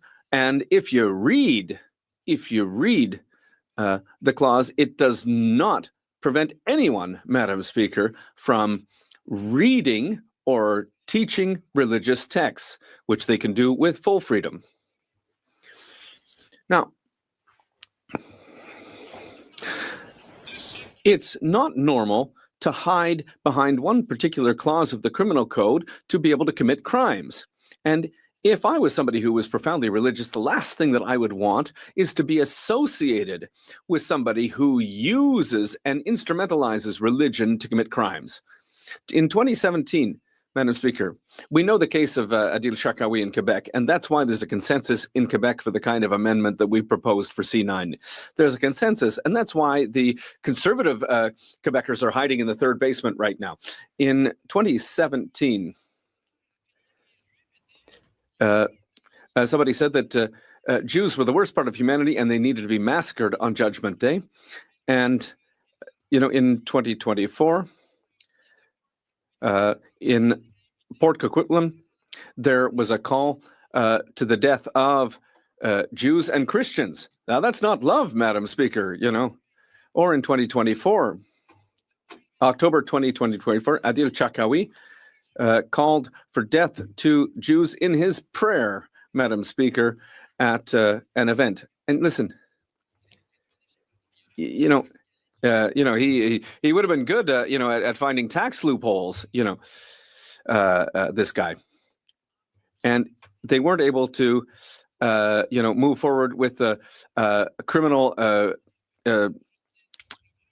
charges because of the religious exemption. Calvin Robinson was defrocked by the Anglican Church after making a Nazi salute in a pro-life rally. And there was a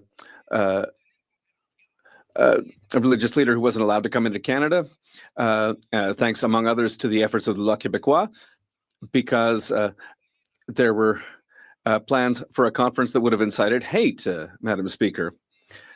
This is somebody who is going to suggest that people of the LGBT community didn't have the right to live, Madam Speaker. So these are crimes, and these actions and these words need to be treated as crimes. Thank you, Madam Speaker. Questions and comments? For Elgin St. Thomas, London South. Thank you, Madam Speaker. And I must commend the Bloc Québécois for so successfully enlisting the Liberal government in their assault on religious freedom in this country. I know the Bloc has long tried to do what Bill C-9 now does, and, good on them for getting the Liberals on board. But my colleague from the Bloc Québécois just once again misrepresented the facts of the Adil Charkawi case to justify removing the religious defense.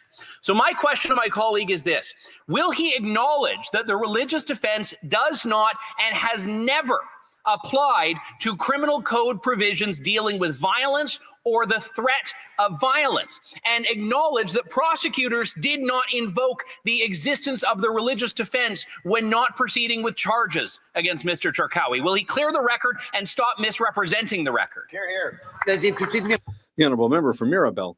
Well, Madam Speaker, listen, Madam Speaker. Madam Speaker, you know, the list of cases that I gave you, these are obvious cases where the supposed freedom of religion has been used to commit crimes, calling for murder, calling for hate, calling for further hate. And in Quebec, after consulting internal lawyers, if the prosecution decided to go one way or another, well, that doesn't change anything. What do the Conservatives expect? Are they waiting for them to be major, 2, 3, 4 major crimes that are be committed so that there's more hate, Madam Speaker, so there's more attacks on mosques, more attacks on synagogues, Madam Speaker? And these are amendments that make sense, that respect case law, and this is exactly what we're doing. The Honourable Parliamentary Secretary to the Government House Leader. Yes, so thank you, Madam Speaker. I appreciate many of the members' comments, and I'm wondering if you could highlight what we often hear about is the hate crimes that get publicized. There are literally thousands of hate crimes that take place in Canada, Madam Speaker. And if he could just provide his thoughts in regards to that aspect and why it's so important that we have legislation of this nature. The honourable member for Mirabel. Well, there's a mathematical reality in crime statistics. The statistics we read always to do with the minimum. It's what is actually declared. For sexual offenses, when we were first hearing about this, the number of complaints increased because all of a sudden victims felt heard. So how many people may have been exposed to situations where they never complained formally, where there was social coercion? We don't know, Madam Speaker, but we know one thing, that statistics are alarming with respect to hate crimes that are linked to religion, and we need to make Canadians and Quebecers aware of the situation. Comments, Honourable Député. The honourable member for Drummond. Thank you, Madam Speaker. I want to thank my colleague from Mirabel for his thoughtful and also entertaining speech, mostly his very relevant speech. In response to what the Conservatives are saying, Adil Charkawi and the charges that were not laid, can my colleague from Mirabel tell me whether the Public Prosecution Service or the prosecutors usually table reasons why they don't file charges if they tend to refer to criminal code offenses specifically when they make a decision? Madam Speaker, I am not a legal scholar, but I think the Crown always has a strategy. And when charges are laid, or when they don't lay charges, they use the most successful strategy possible to lead to a conviction. We, Madam Speaker, are legislators. We understand this is a hate crime, hate speech based on religious texts.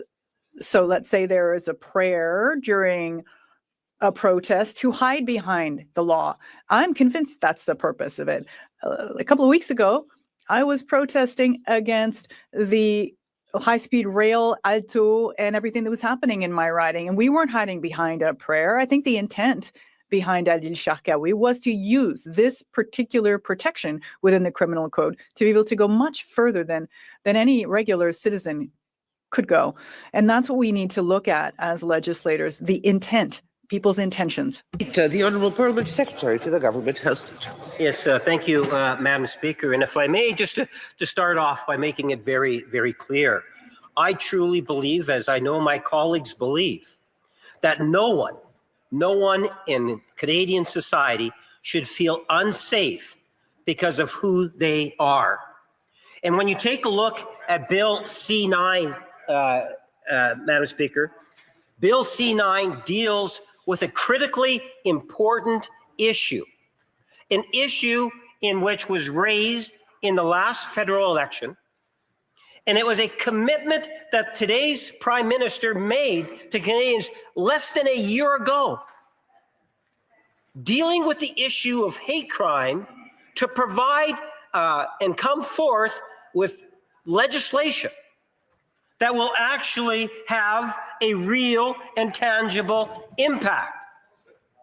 The question I just posed to the member from the bloc, Madam Speaker, we are all aware of many horrific hate-motivated crimes that have taken place in Canada. Many of them get publicized to the nth degree. But there is a whole lot more that takes place that we never, ever hear about. I do believe the passage of Bill C-9 is going to raise the profile of the issue in a positive manner, Madam Speaker. There's two things that I'd like to kind of maybe divide out in terms of the debate in the next 18 minutes or so that I have to speak on it. First of all, it's to deal with the motion that we have before us and the purpose of the motion. And then the second is to deal with Bill C-9 itself. So we have before us legislation, or a motion, I should say, that's going to ensure that this legislation actually gets voted upon. Because even though we have a minority number of members of Parliament in the House, we believe we have a majority of MPs that clearly support Bill C-9. Our problem is, Madam Speaker, that you have the Conservative Party of Canada that has made the decision at all costs to prevent the legislation from passing, Madam Speaker. And I've said in the past, you give me any grouping of 12 students that go to a public high school in Canada, I would be able to put up a filibuster that would be able to prevent legislation from passing unless a government is able to bring in some form of time allocation. So it's not because they are outstanding parliamentarians that they're able to frustrate the system, but rather there's a motivation within the Conservative Party that does not want to see the legislation passed. And as they say, well, some say here, another one says free speech. Let me add something else to it. The Conservative Party of Canada is more interested. They are more interested in the Conservative Party of Canada and what's happening internally within their party than what's in the interest of Canadians.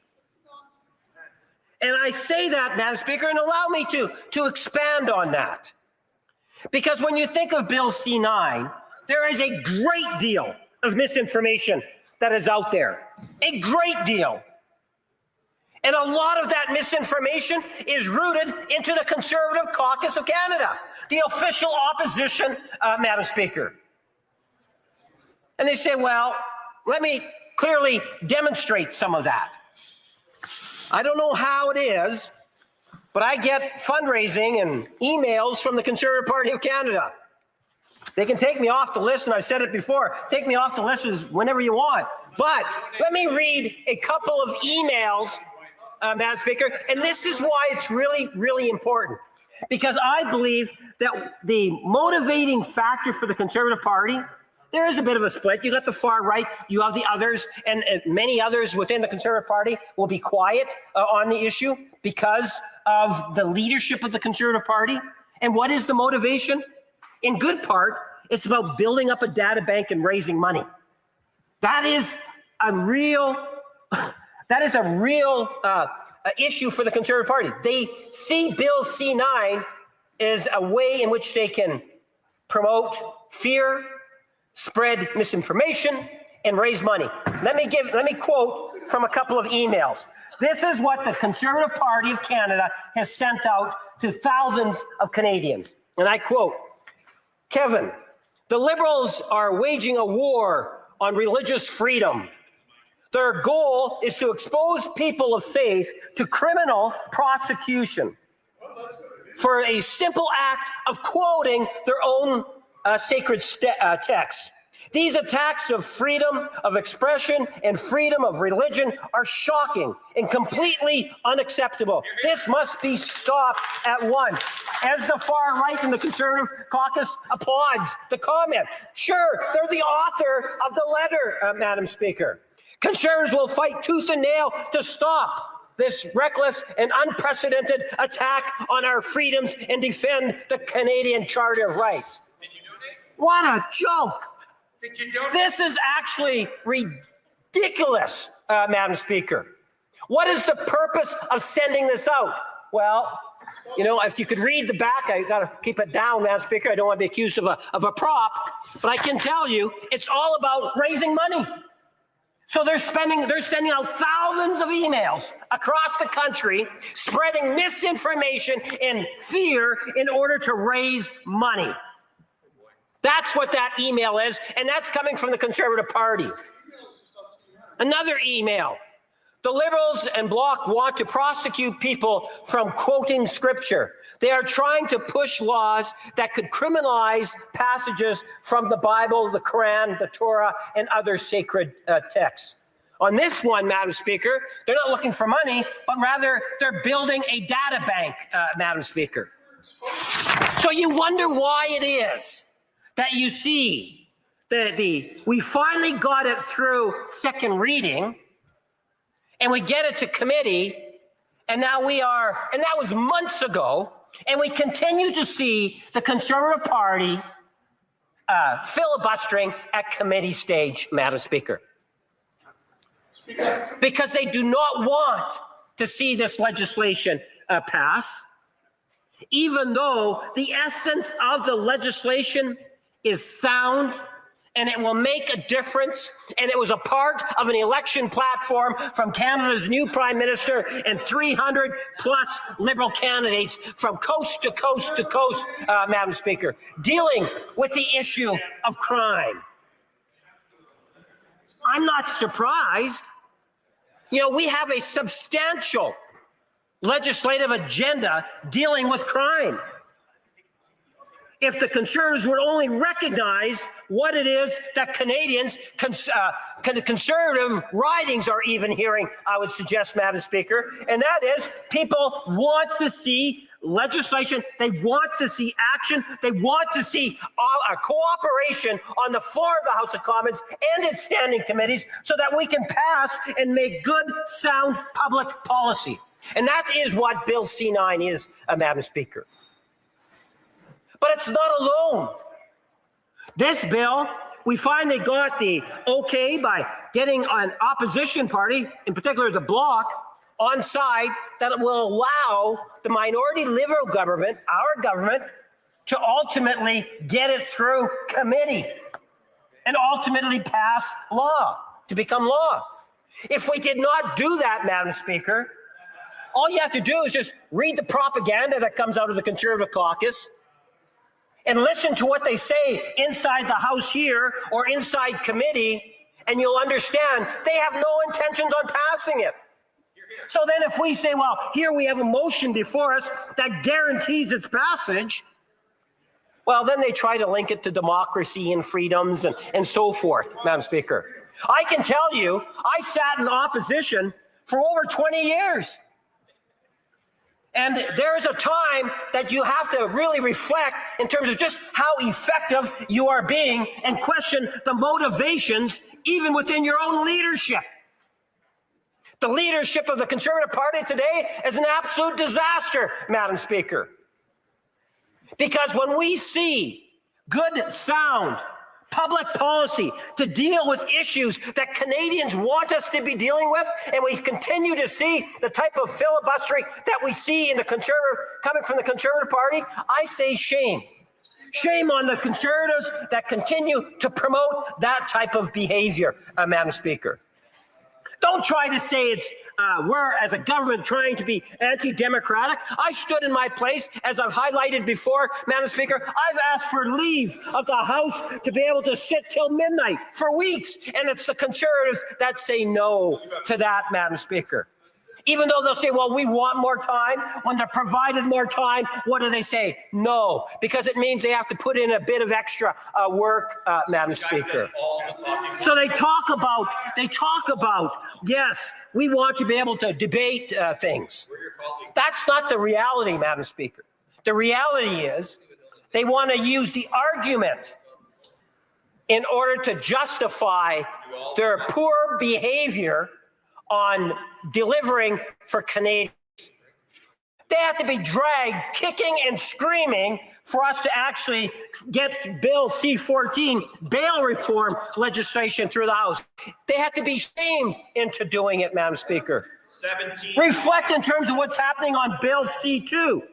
They cry about certain issues, but when it comes time to actually do something, like pass legislation, they want to filibuster it. Take a look in terms of what's happening with Bill C-2.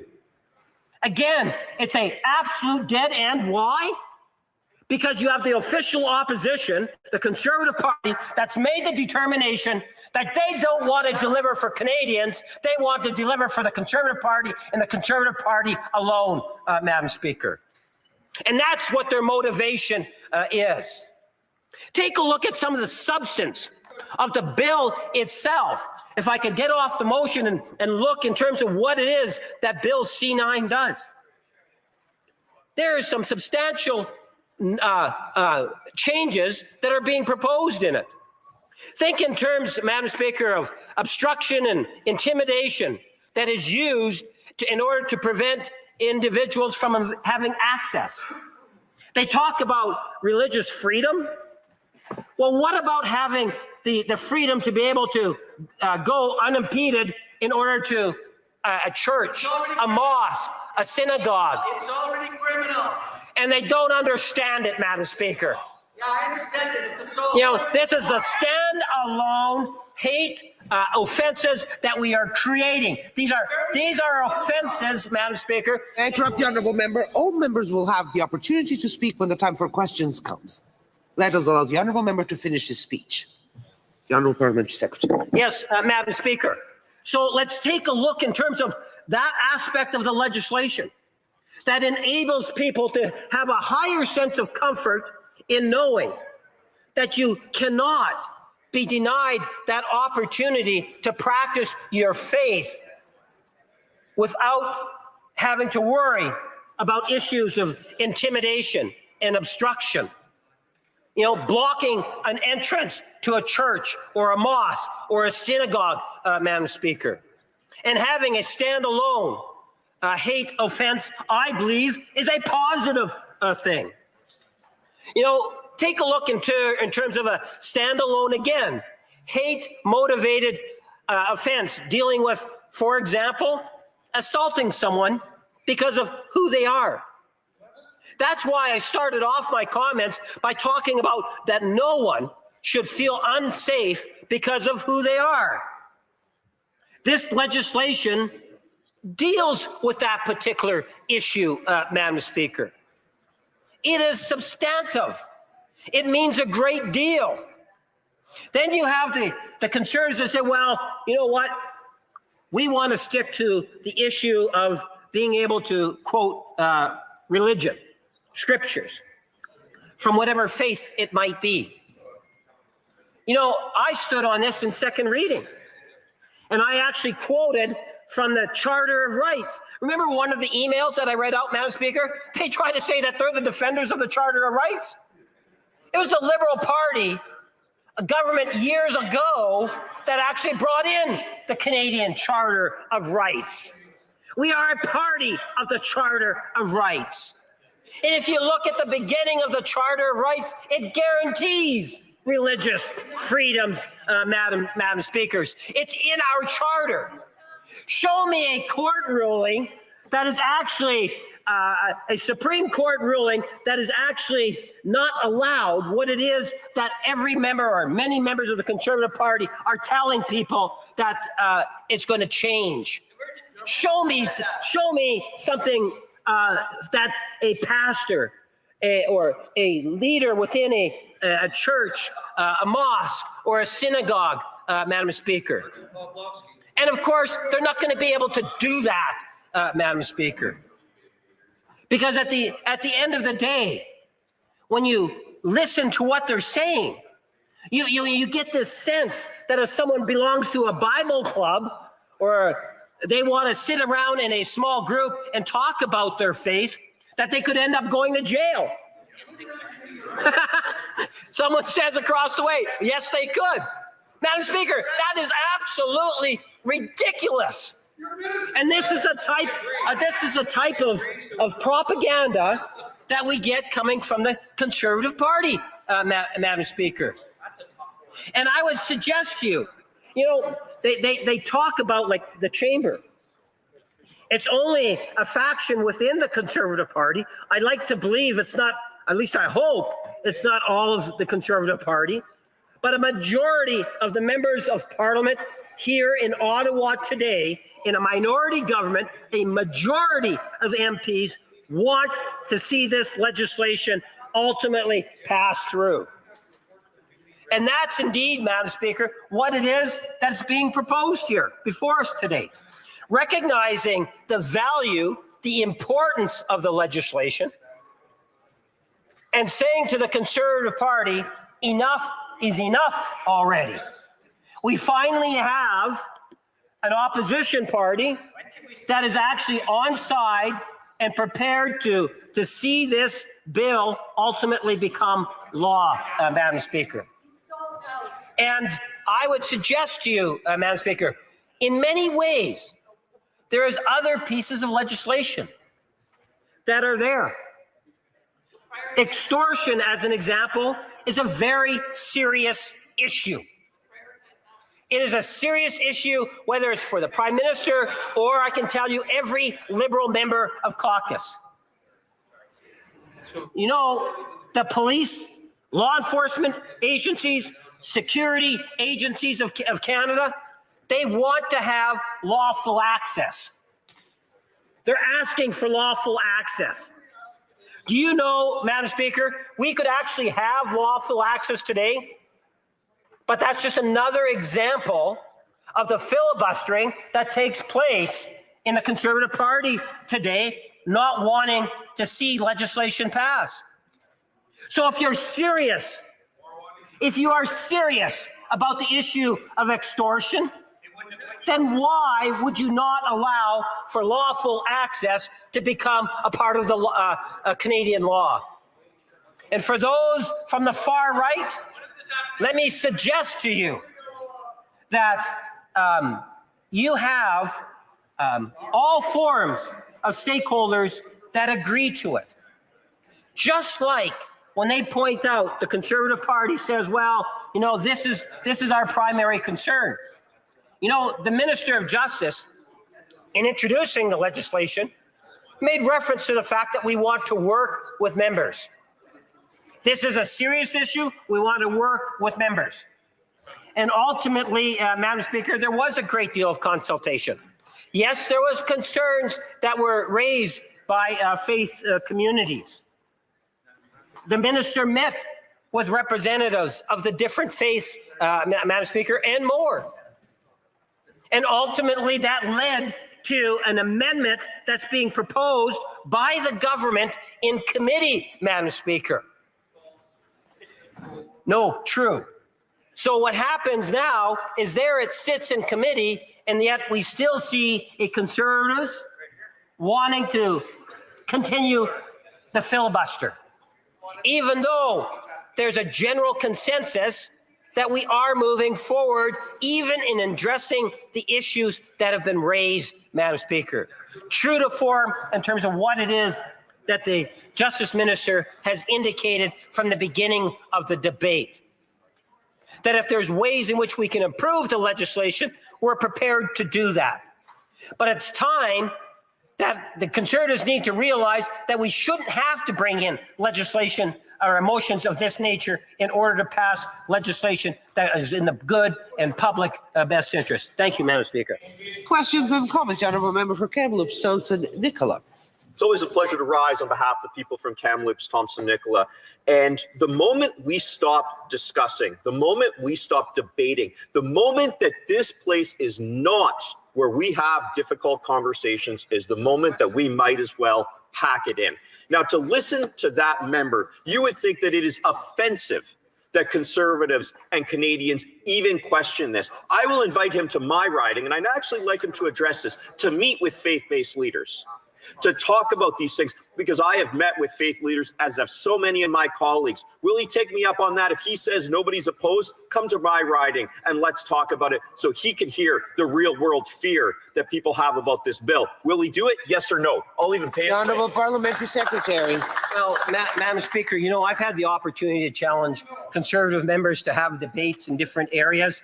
I would be more than happy to be able to have a debate inside Winnipeg on this and the issue of Conservatives and how they filibuster the crime agenda, and that would include this. I would suggest to you, Madam Speaker. I look forward to the member opposite in accepting that challenge. Be happy to work with the member and make the arrangements necessary in Winnipeg where we can have that debate. I can assure him there are many people of faith in Winnipeg too. Questions et commentaires, l'honorable député de Beauharnois. The honourable member for Beauharnois, Salaberry, Soulanges, Huntington. Thank you, Madam Speaker. I'd like our colleague across the way to clearly explain why today we are debating motion 6. What is the point of that? And why have we gotten to this stage? Why are we having to debate a time allocation motion? Perhaps there has been filibustering by the Conservatives at committee. Can my colleague speak about that? Parlementaire. Yes, thank you, Madam Speaker. And, you know, to the Bloc's and members of the Bloc's credit, they have recognized the true value of Bill C-9. They've recognized that the Minister of Justice was serious when he said that he's open to making the legislation stronger and work with whether it's opposition members or faith leaders so that we have good legislation here in Canada. And a vast majority of the members of Parliament in today's Parliament actually support us moving forward and ultimately passing the legislation. The problem is, and the reason why, get right to the question, the reason why we're having this debate on on the motion 6, Madam Speaker, is because the Conservatives have absolutely made it a mission of theirs to continue to raise more money, spread more misinformation, and prevent Bill C-9 from passing. So the only way we can get it passed is if we have support from some opposition members. And I appreciate that the Bloc have stepped up to the plate.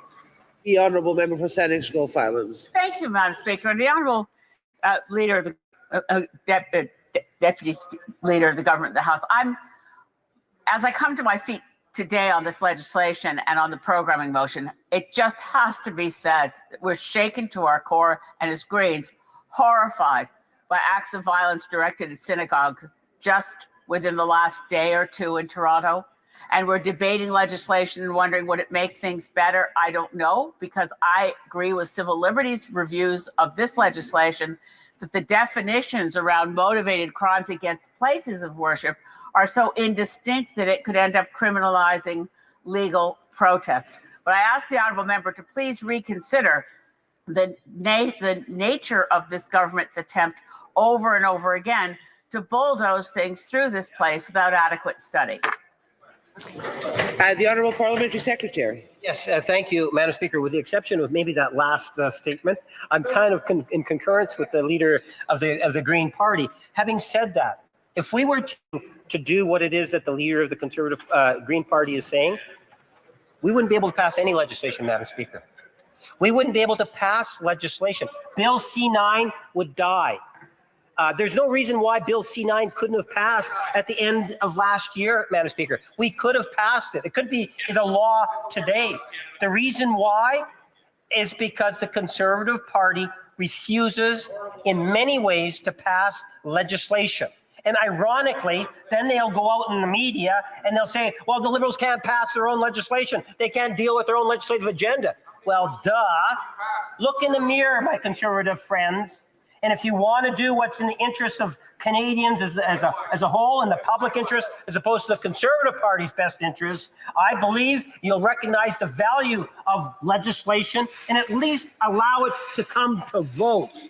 It doesn't take much to filibuster legislation, and that's what we've witnessed day in and day out coming from the Conservative Party of Canada, sadly. Sarnia Lambton, Bickwajnon. Madam Speaker.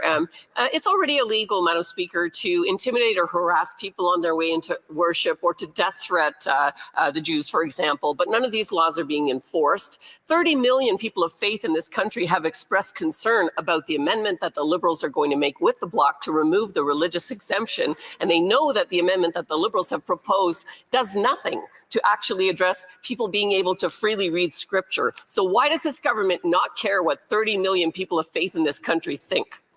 The Honourable Parliamentary Secretary. Well, Madam Speaker, I do care about what they think, and that's one of the reasons I have to dispel many of the untruths that are put out through social media that come right from the Conservative Party of Canada. But you know, at the end of the day, Madam Speaker, I suspect that once all the filibustering comes to an end, and it will because of this motion, my best guess is there's going to be a lot of Conservatives voting in favor of the legislation. We'll have to wait and see. Remember what happened with C-14? For weeks, the Conservatives were the only entity, in all likelihood, well, maybe some of the criminals, the only entity in Canada that were actually opposing passing through Bill C-14. And we finally shamed them into allowing it to pass, Madam Speaker. And when it actually came to a final meeting, I don't think any Conservative voted against it. You're welcome. Questions or comments? Questions or comments, the Honourable Member for Fulton West and Castor Dundas. Thank you, Madam Speaker. I'm listening closely to this discussion this morning on the Combating Hate Act here in the House of Commons.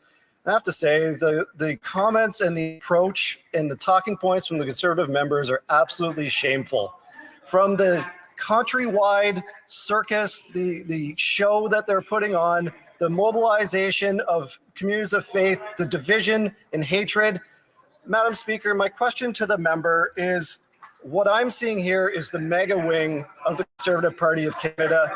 And on the heels of shootings at synagogues in Ontario, on the phone this weekend with members from my community asking, when is the Combating Hate Act going to be passed?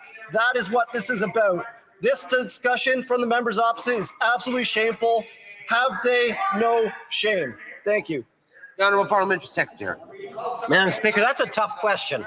Maybe the best way for me to answer that would be to recognize who the Conservative Party is today and contrast that to a progressive, underline the word progressive, Conservative Prime Minister of Joe Clark. And Joe Clark had indicated that he never left the party, that the Conservatives left him, in essence. And what we have witnessed through the current leadership of the Conservative Party is that there is a very far-right conservative attitude. We've already seen that in some of the comments this morning, Madam Speaker, in some of the propaganda that they pump out. It is indeed a far-right Conservative Party to the degree in which there are many progressive Conservative voters in the past that are now coming over to support different political entities because of how far the Conservative Party today has shifted to the right. Questions et commentaires, questions and comments. The Honourable Member for, St. Elgin and oh my God, Elgin St. Andrews, London West. Thank you, Madam Speaker. I appreciated the Parliamentary Secretary's reminiscing about political parties of yore, and I wonder where the Liberals that used to stand up for free speech are.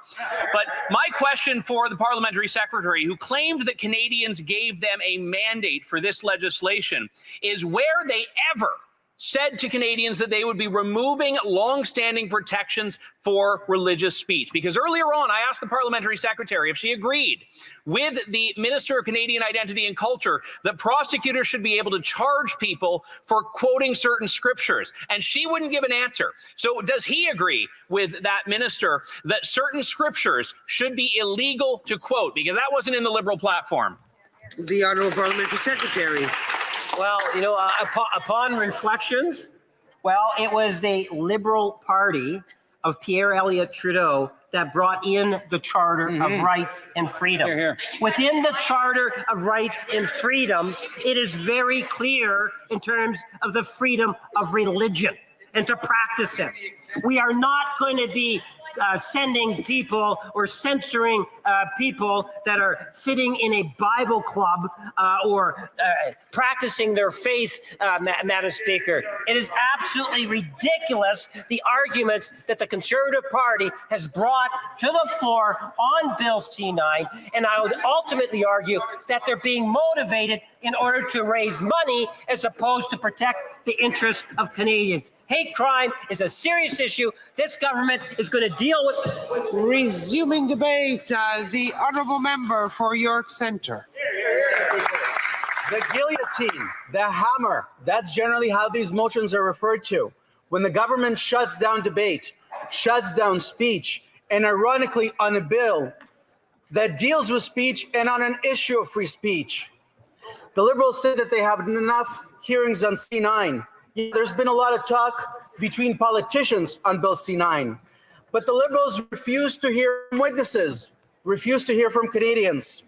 I want to tell Canadians, not just about Bill C-9, but what the Liberals did to shove this terrible piece of legislation down our throats, to the point that today they have to drop the nuclear bomb to stop me from doing my job on the Justice Committee. We've heard from a handful of witnesses on one of the most consequential pieces of legislation that this Parliament will take up. We were supposed to hear from Dave Brith. We were supposed to hear from Simon Wiesenthal, who were scheduled to testify. But the former head of the committee suspended witness hearings before they were able to testify and ordered the committee to proceed to clause by clause. I had witnesses calling me personally. I had the Canadian Women Against Anti-Semitism call me. I had Imam Tawhidi call me and say, Roman, why am I not permitted to testify on this piece of legislation? The former cabinet, the former committee chair, the same committee chair that asked, how is it that certain scripture cannot be hate speech, is the very same committee chair that refused to hear from multiple witnesses who wanted to make submissions on this piece of legislation even before amendments. So we proceeded to consideration of Bill C-9, clause by clause, and Speaker, I was there. I had a front row seat to all of it. We were working in good faith. I worked with my Liberal colleague from Mount Royal. We actually agreed to fit the definition of hate speech. My concern with respect to the removal of the consent of the Attorney General, that was also dealt with. And even better, I was surprised to see in the proposed amendments that my private member's bill, Bill 257, against the willful promotion of terrorism, made it into one form or another into the proposed amendments by the Liberals. That was one of the best days of my career. We could have actually potentially fixed this bill. And then, all of a sudden, I learned about this in the media. The Liberals did not have the courage to tell us what they're doing. I had to learn about the Bloc amendment from the news media. That the Liberals and the Bloc agreed to amendments which would remove the religious defense to hate speech from the criminal code. That the entire exercise was a fiasco. But this amendment that the Bloc passed with their Liberal friends is predicated on false pretenses.